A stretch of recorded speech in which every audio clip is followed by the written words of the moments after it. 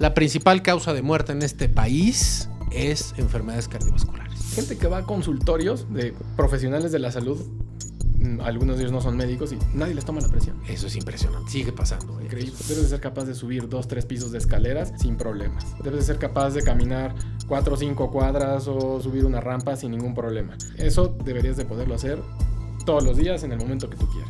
Oye, mi papá es flaco, mi papá es muy flaco, y tiene hipertensión. Y mi papá es una varita de nardo, ¿no? Entonces te dicen, no, es que a todo le achacan a la obesidad, a todo le achacan al sobrepeso. Mi papá es delgado y también tiene hipertensión, ¿por qué?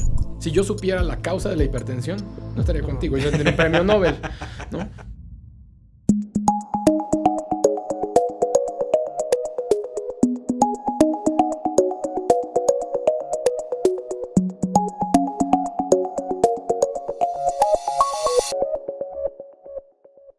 Hola, ¿cómo están? Yo soy el doctor Fernando Pérez Galaz. Bienvenidos a otro episodio de Bariatría Pro. Y antes que te diga quién viene hoy con nosotros y de lo que vamos a hablar, te pido un favor.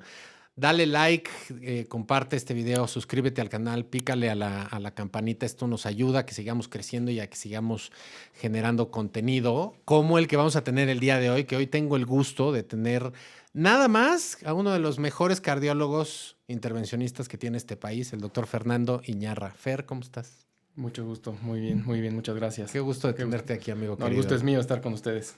Oye, antes de que justamente hablemos de cómo se afecta el corazón en el sobrepeso y la obesidad, quiero que me digas quién es Fernando Iñarra. Bueno, pues soy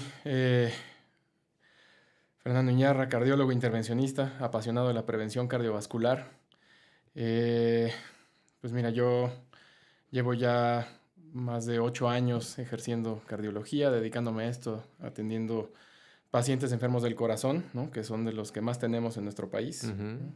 El corazón es de lo que más mata gente en el mundo. ¿Dónde estudiaste medicina? Cuéntame, ¿cuántos años pasaron para que estés el día de hoy hablando sobre una de las principales, más bien, la principal causa de muerte en este país es enfermedades cardiovasculares? Bueno, el largo camino que me he llevado acá, ¿no? Exacto. Yo estudié medicina en la Facultad de Medicina en CEU, Uh-huh. en la UNAM. De ahí estuve 2 años estudiando medicina interna aquí en el Centro Médico ABC. Posteriormente, 3 años de cardiología clínica en el Instituto Nacional de Cardiología. Luego 2 años más de cardiología intervencionista en el Hospital Central Militar, aquí en la Ciudad de México. Eso nos suma 14 años de camino para finalmente, establecer mi práctica como cardiólogo acá en el Hospital ABC. Entonces, mira, nada más 14 años de tu vida la destinaste a estudiar, a prepararte, y después de 14 años estás aquí y ya varios años de práctica clínica hablando de esto. Entonces, la principal causa de muerte en nuestro país son enfermedades cardiovasculares. En nuestro país y en el mundo. Sí. Y en el mundo. Así es. ¿Cómo afecta y por qué ha ido aumentando tanto las enfermedades cardiovasculares? ¿Cómo afecta el sobrepeso y la obesidad al corazón? Bueno, afecta en gran manera. Desde un punto de vista directo, ¿no? Hay algunos estudios en los que además tuve la oportunidad de poder participar, en donde se ha demostrado que el sobrepeso y la obesidad provocan daño directo al corazón y que además la obesidad y el sobrepeso van de la mano de muchos otros factores que también afectan al corazón, ¿no? Al corazón y a los vasos sanguíneos en general. Uh-huh. Es decir, la obesidad tiene una relación directa con un proceso que, científicamente le llamamos disfunción endotelial, que es que los vasos sanguíneos empiezan a fallar. Uh-huh. Los vasos sanguíneos tienen diferentes capas. La de hasta adentro se llama endotelio. Uh-huh. Y el endotelio funciona como otro órgano, ¿no? Simplificándolo mucho, es como otro órgano. El endotelio debe de funcionar como funciona el teflón en una sartén. Evitar que las cosas se peguen y hacer que todo fluya bien, que todo marche adecuadamente. Está bien demostrado ya mediante estudios que la obesidad directamente provoca disfunción endotelial. Hablando de obesidad cuando es el único factor que tiene el paciente. Uh-huh. Es decir, el paciente con obesidad o sobrepeso que no es diabético, que no es hipertenso, que no tiene otra cosa. Bueno, está demostrado que le falla el endotelio. El endotelio, cuando está sano, nos asegura que nuestras arterias se mantengan sanas. Uh-huh. Pero cuando empieza a fallar... Que no se pegue nada. Exacto. Que no se pegue nada. Cuando empieza a fallar, yo siempre le digo a los pacientes, haz de cuenta una sartén que le metieron la espátula de metal, ¿no? Y le rasparon todo rayaron el todo. recubrimiento. Ajá. Entonces, quieres cocinar algo, se pega, se queda pegado y ya no funciona bien. Lo mismo pasa. El paciente que tiene disfunción endotelial, todo el colesterol se empieza a meter, la arteria se empieza a inflamar y es lo que con los años nos llevará a una arteria que se tapó, que se obstruyó y que ese paciente tendrá un riesgo de tener un infarto en algún momento. Uh-huh. Ese es en el tema del daño endotelial generado por obesidad, ¿no? Exacto. Y eso, qué bueno que lo señalas así. A ver, la obesidad es una enfermedad producida por el aumento de grasa en el cuerpo, no por el aumento de peso. Exacto. El aumento de grasa genera que la adiposopatía, que es la enfermedad de la obesidad, genere factores inflamatorios, que esos son los que van a dañar el endotelio. Exacto. Así lo entiendo. Así o sea, es. la propia célula de grasa produce sustancias que van a dañarte el endotelio. Exacto. Y por consiguiente... Exacto, ese estado inflamatorio daña el endotelio y por consiguiente hará que ese vaso se obstruya, se tape y que nos cree un problema. Es en el tema del endotelio, ¿no?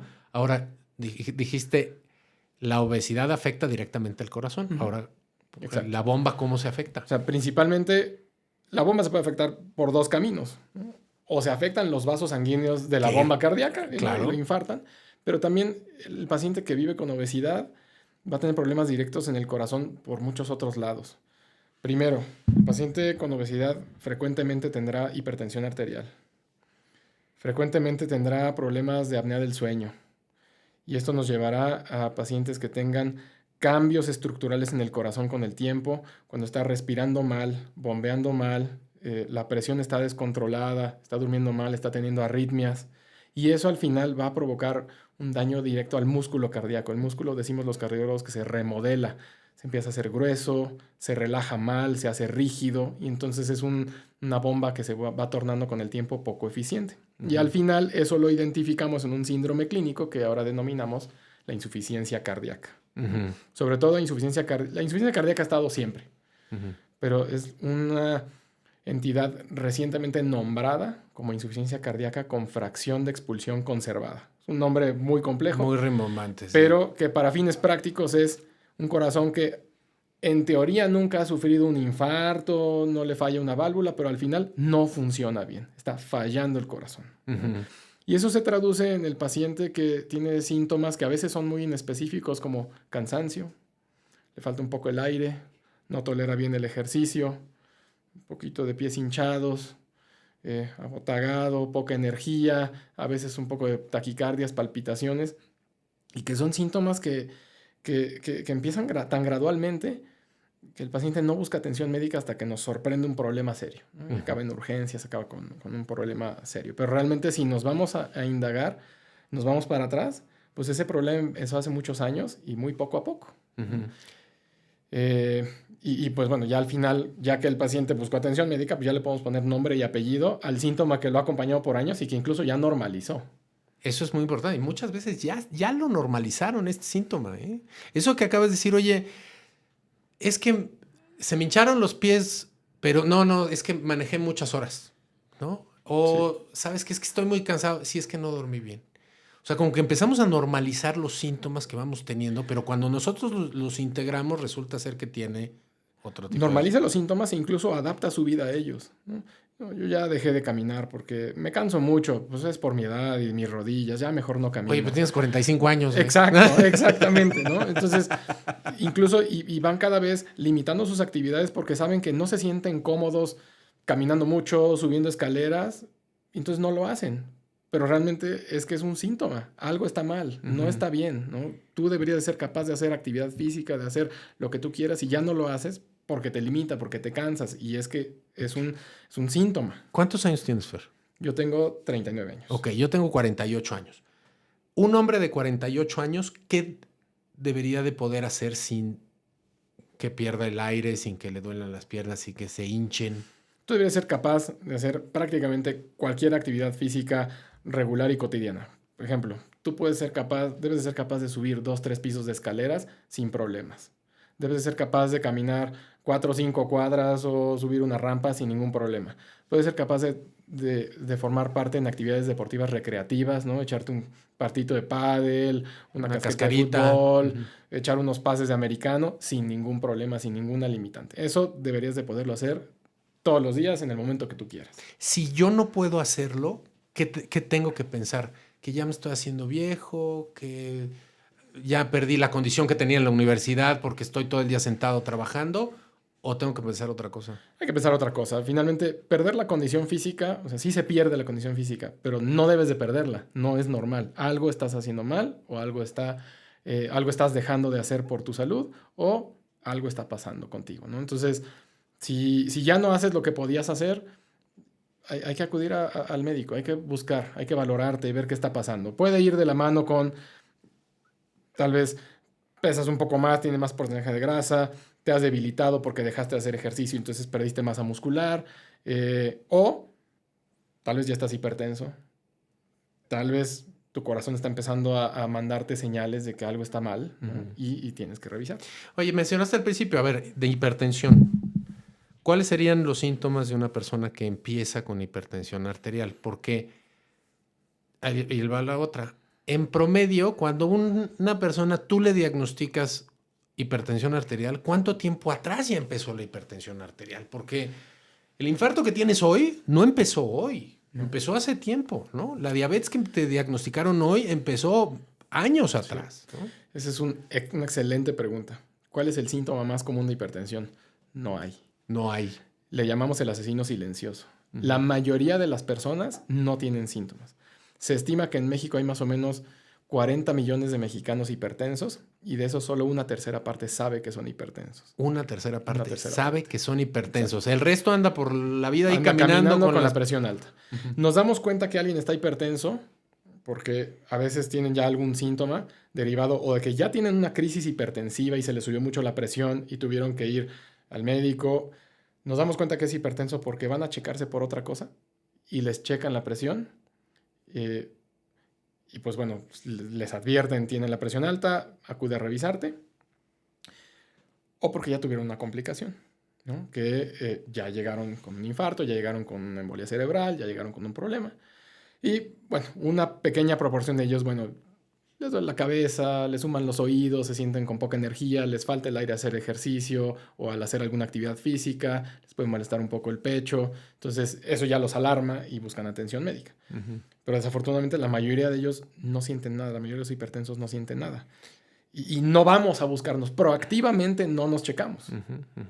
Y la otra es, a ver, no siento nada, entonces no voy al doctor a que me chequen porque no siento nada, pero eso no quiere decir que el daño no se esté dando. Por supuesto. Retomando un poco la pregunta, cuando yo diagnostico a alguien con hipertensión, muchas veces ya tienen en promedio 3 a 5 años hipertensos y no se habían percatado. Y no se habían dado cuenta. O sea que, volvemos a menos que haya sido ese paciente que te me han dado muchos de que vienen aquí, les tomo la presión, oye, estás con hipertensión, tienes que ir a ver a Fernando. Tristemente, hay gente que va a consultorios de profesionales de la salud, algunos de ellos no son médicos y nadie les toma la presión. Eso es impresionante, sigue pasando. Increíble. Eso sigue Van pasando. a un consultorio, les recetaron una medicina, alguien les prescribió algo. A veces hay gente que prescribe sin ser médico, ¿no? Pero son capaces, tienen el atrevimiento a recetar y prescribir algo sin haber revisado los signos vitales. Pues es que nada más fui al dermatólogo, doctor. ¿Para qué me toman la presión, no? No, todos tienen. A ver, todos los médicos que... A eso nos enseñan en el primer año de la carrera. Incluso y aunque no sea médico. O sea, en algún lugar puede haber un asistente, una enfermera, alguien que te cheque la presión. ¿No? O sea, entonces, ese paciente que... a ver, y otro. Cuando empiezo yo con síntomas de presión arterial, ¿requiero iniciar tratamiento farmacológico inmediato? Esa es otra buena pregunta. Las guías internacionales nos estratifican a la hipertensión y de acuerdo a qué tan importante o considerable sea la elevación, muchas veces sí requerirás. Casi siempre el paciente que llega requerirá tratamiento farmacológico en ese momento. ¿Por qué? Porque no puedes dejar a un paciente con cifras de presión alta que le pongan en riesgo su salud. ¿Cuáles serían esas cifras de presión como para dejarlo muy claro? ¿Cuál es la presión arterial normal y cuáles son las de presión? La presión arterial normal es 120/80 o menos. Hablamos de hipertensión elevada, presión arterial elevada por debajo de 140. ¿No? De 140/90 en adelante ya hablamos de hipertensión formal como tal y a partir de 140/90 requerirán tratamiento farmacológico. Siempre va a ir acompañado de cambios de estilo de vida, modificaciones tanto físicas, alimentarias, etcétera, para ayudar, pero iniciarás tratamiento. Existen pacientes que una vez que logran los cambios, podemos quitarles medicamentos, ¿no? Pierden pacientes 10 a 20% de su peso corporal, empiezan a hacer ejercicio, mejoran su alimentación, eliminan alimentos procesados, eliminamos factores que ayuden, que empeoren la hipertensión, y algunos de ellos logramos quitarles las medicinas. Esto no quiere decir que se curó la hipertensión, quiere decir que se controló utilizando todos los demás factores y no solo el medicamento. Claro. A la inversa, el paciente que no hace caso a todo lo demás y solo toma el medicamento, será mucho más difícil controlarlo. Claro. Será paciente que tomará 2, 3, 4 medicinas, varias dosis al día. Y hay pacientes que lo hemos visto tú y yo, se logra corregir todo lo demás y podemos suspender medicamentos. No quiere decir que se quitó, sino que se controló sin fármacos. Oye, ahí hay otra, siempre me ponen en redes sociales o me ponen comentarios aquí en el podcast, cuando hablamos de obesidad y de sobrepeso. Oye, mi papá es flaco, mi papá es muy flaco, ¿eh? Y tiene hipertensión. Y tiene hipertensión desde los 55. Y mi papá es una varita de nardo, ¿no? Entonces te dicen, no, es que a todo le achacan a la obesidad, a todo le achacan al sobrepeso. Mi papá es delgado y también tiene hipertensión. ¿Por qué? Bueno, la hipertensión es una enfermedad multifactorial, ¿no? Si yo supiera la causa de la hipertensión, no estaría contigo. Yo tendría un premio Nobel, ¿no? Entonces, nadie sabe una causa específica de la hipertensión. Por lo tanto, no tiene cura. Y hay factores que contribuyen a empeorarla. Un factor muy importante es la herencia, ¿no? El tener un padre o tus dos padres hipertensos te confiere un riesgo entre un 30 y un 40% de serte hipertenso. Hagas lo que hagas. Ok. Eso no quiere decir que entonces no debas hacer nada por tu salud, ¿no? Puedo bajar de peso y de todos modos ser hipertenso, ¿sí? Sí. Pues sí, te tocó la parte genética. Alguien heredó los terrenos y tú heredaste los problemas. Pero, ni modo. Te tocará tomar alguna medicina, pero va a ser mucho más fácil para mí controlar tu hipertensión si tú bajas de peso a que si no haces nada más por tu peso. Totalmente, ¿no? Totalmente. Sí. Entonces, como decía un maestro, puede ser cacarizo y andar en bicicleta, ¿no? O sea, no. Ahora, la principal causa en el día de hoy de enfermedades cardiovasculares es sobrepeso, obesidad, sedentarismo y todo lo que esto conlleva, ¿no? Claro. Mencionaste también como otra de las causas que daña el corazón es la apnea del sueño. Explícame un poco eso. Sí.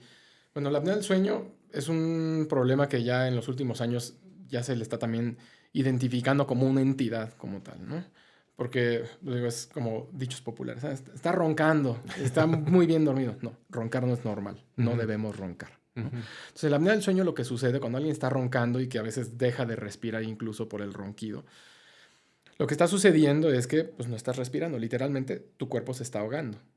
¿Y quién recibe la mayor carga? Pues tanto el cerebro como el corazón, ¿no? Y hablando del corazón en específico, pues no estás oxigenando, no estás respirando. Entonces, el corazón recibe la señal de alarma del cuerpo, decir, bombea más porque no estamos oxigenando. Tu cuerpo no sabe que es porque estás dormido y tienes apnea del sueño. Y el corazón recibe nada más la señal de sube la presión, bombea más fuerte porque tenemos que compensar esta baja en la oxigenación. Eso a la larga provoca varios daños en el corazón. Uno, provoca hipertensión, provoca arritmias por la baja oxigenación, principalmente una que se llama fibrilación auricular, que es la principal causa de embolias cerebrales, ¿no? La apnea del sueño es la causa por la cual alguien se duerme bien y despierta paralizado en la mitad del cuerpo. Okay. Y por último, la mala oxigenación durante la noche provoca otro problema que se llama hipertensión pulmonar. Y la hipertensión pulmonar es como la hipertensión arterial, pero del lado derecho del corazón, y que te va a llevar también a insuficiencia cardíaca. Entonces, vean todos los efectos que genera el que una persona tenga apnea del sueño. ¿Cuáles son los síntomas de apnea del sueño? Ronquido. Cansancio, o sea, me duermo, pero no descanso. Sueño no reparador. Somnolencia durante el día. Estoy muy cansado. Pacientes se quedan dormidos manejando, se sientan y se duermen. Esas son las principales banderas rojas que nos hacen pensar. Es que yo me paro 4 veces en la noche a hacer pipí, doctor. No, compadre. No, o sea, no te ganaron las ganas de hacer pipí. No. Es que muchos de los pacientes me dicen, es que como tomo mucha agua antes de dormir, me paro 4 o 5 veces en la noche y por eso no descanso. No, compadre. Así no es el tema. Tienes apnea del sueño. ¿Cómo diagnosticamos la apnea del sueño? Bueno, el estudio para diagnosticar la apnea del sueño es un estudio que se llama polisomnografía, ¿no? La polisomnografía está grabando, registrando tu sueño, registrando los parámetros vitales, registrando tu oxigenación, tu presión arterial, tu frecuencia cardíaca, y eso al final nos da un índice de apneas que nos dice cuántas veces durante la noche, por cada hora dormido, cuántas veces dejas de respirar, por cuánto tiempo y hasta cuándo te baja tu oxigenación. Ya con eso vienes a consulta y se te da el tratamiento adecuado, ¿no? Ahora, a ver, señora, si su marido está roncando y hace como estas pausas de... y usted lo tiene que zarandear para que respira porque te vas a quedar ahí, eso es una apnea del sueño. Eso es una apnea del sueño ya no grave. Necesita polisomnografía. Eso ya apneas presenciadas ya es otro dato diagnóstico, ¿no? Entonces tienen que venir con el cardiólogo. Ahora,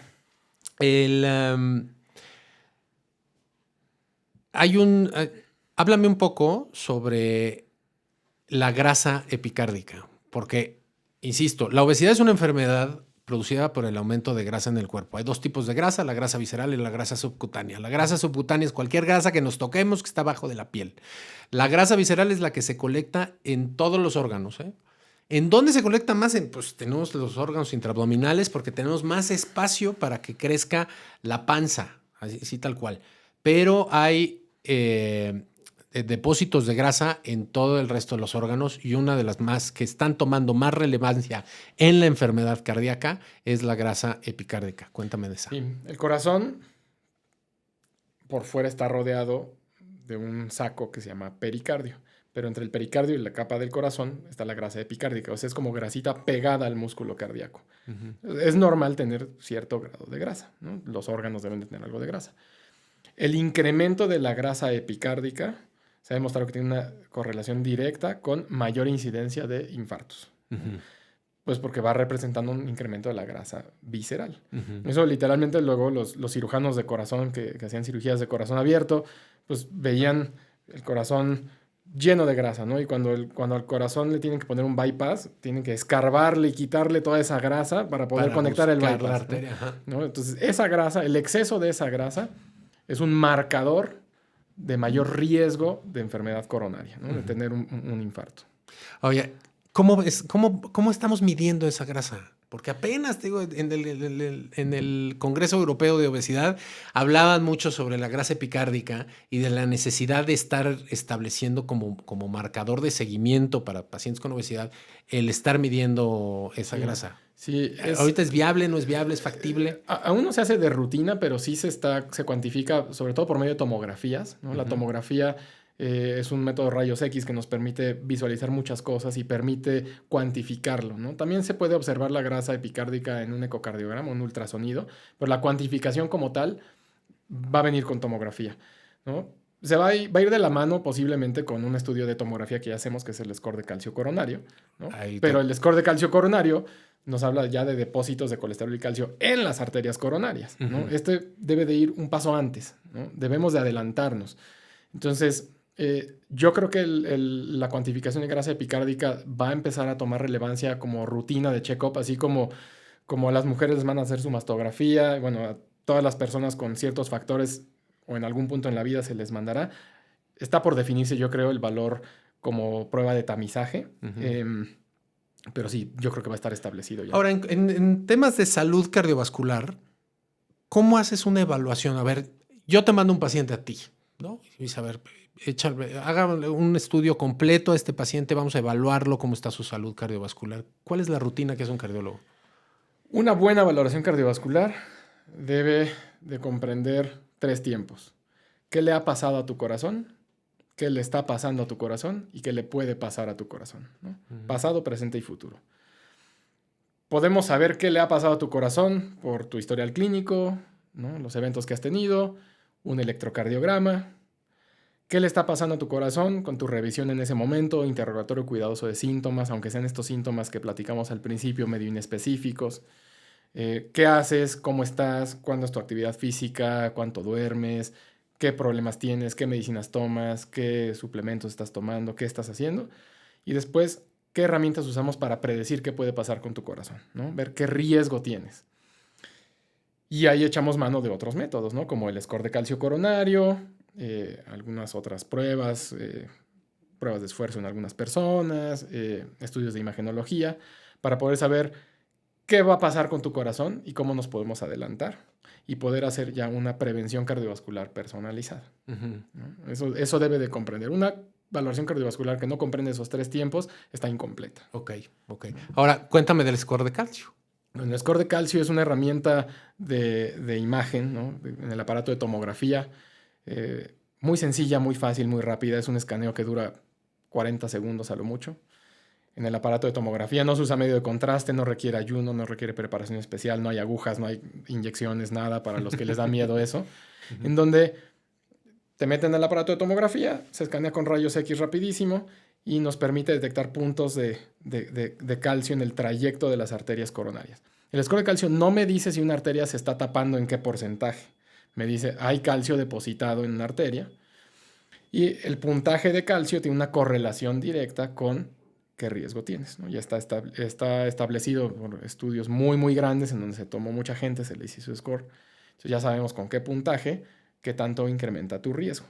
Es un estudio que se recomienda hacer a partir de los 40 años de edad en cualquier persona que tenga uno o más factores de riesgo cardiovascular, que son los que hemos platicado: obesidad o sobrepeso, historia familiar de problemas cardíacos, fumar, tener presión alta, tener diabetes, tener colesterol alto, ¿no?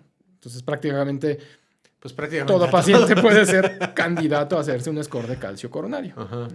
Ok. Otra de las pruebas que ustedes hacen es electrocardiograma, ¿no? Porque, fíjate, muchas veces los pacientes, cuando los vemos en la consulta, me dicen, pues es que siempre en mis electros he salido normal.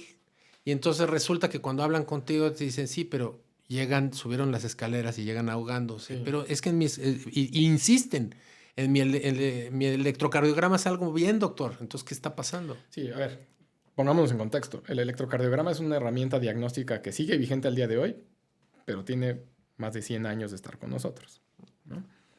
El electrocardiograma mide la actividad eléctrica del corazón, nada más. Y es la única manera de revisar la actividad eléctrica del corazón.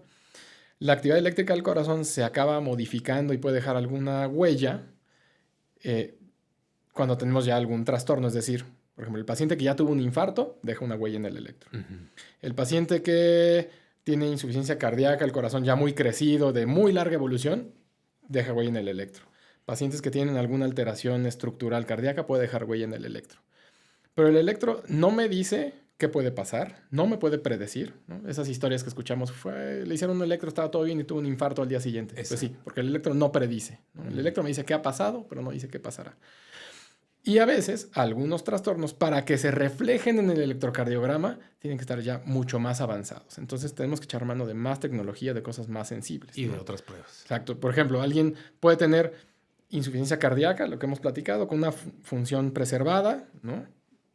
Y el electro puede estar normal, pero le falta el aire, se hincha de los pies, no puede subir un piso de escaleras.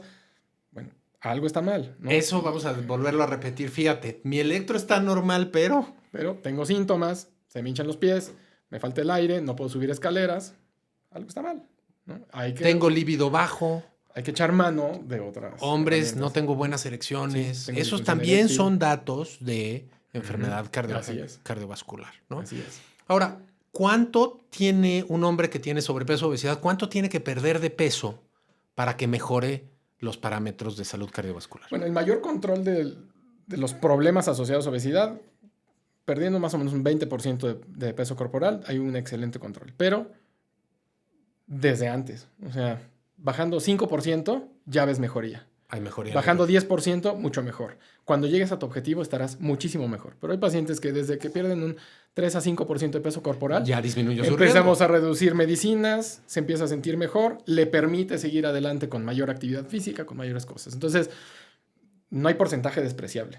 Lo que puedas perder es bueno. Claro. ¿no? Claro. O sea, y se empieza por el primer kilo. Y se empieza por el primero. Y la verdad, Fer, se nos fue el tiempo como agua porque otra de las cosas que te quería preguntar era del estudio SELECT y el estudio de tirzepatide en riesgo cardiovascular, que también están dando unos... Va a haber un cambio con eso. Los GLP-1s que están demostrando protección cardiovascular, fíjate, sería el segundo medicamento no diseñado para el corazón que protege el corazón. Que protege el corazón. ¿No? Los primeros son los ISLGT2, ¿no? Como la dapagliflozina, empagliflozina, que se diseñaron para la diabetes y ahora lo damos en no diabéticos con problemas cardiovasculares. Exactamente. Y yo creo que los GLP-1 van a tomar ese camino. Tal cual, a ver, el efecto en los estudios, tanto todos los estudios de desarrollo, tanto SURMOUNT para tirzepatide como de STEP para semaglutide, la disminución en la presión sistólica y diastólica, independientemente de la pérdida de peso, es igual como un SGLT2. Sí, o sí, sea, sí, es un antihipertensivo, ¿no? Hoy la empagliflozina, la dapagliflozina, se los damos a los pacientes con insuficiencia cardíaca. Ya es uno de los pilares del tratamiento de la insuficiencia cardíaca. Y no estaban diseñados para eso. No estaban diseñados para eso. ¿No? Fer, se nos fue el tiempo, pero como Habrá agua, capítulo 2. hermano querido. Sí, por supuesto, va a haber un capítulo 2 y uno 3 y varios más. Te agradezco muchísimo habernos acompañado. Mucho gusto estar ¿Dónde con te ustedes. encontramos? Déjanos tus redes sociales, por favor. Bueno, me pueden encontrar en Instagram, es DRInarra. Y narra. Ahí vienen en el Instagram todos los datos de contacto para el consultorio. También está el www.drinarra.com y ahí están los datos para el consultorio. Estoy en el Centro Médico ABC, a sus órdenes. Extraordinario cardiólogo. Él ve a todos mis pacientes. De verdad, muchísimas gracias, mi Fer. Con mucho gusto. Un placer platicar contigo. Y a ustedes les agradezco mucho escucharnos. Por favor, recuerden, pásenle este episodio por WhatsApp a la vecina, a la amiga, todo el que lo necesite. Denle like, píquenle aquí en suscripción al canal y también denle clic a la campanita. Esto nos ayuda a seguir generando contenido. Yo soy el doctor Fernando Pérez Galás. Esto es Bariatría Pro y nos vemos en la que sigue.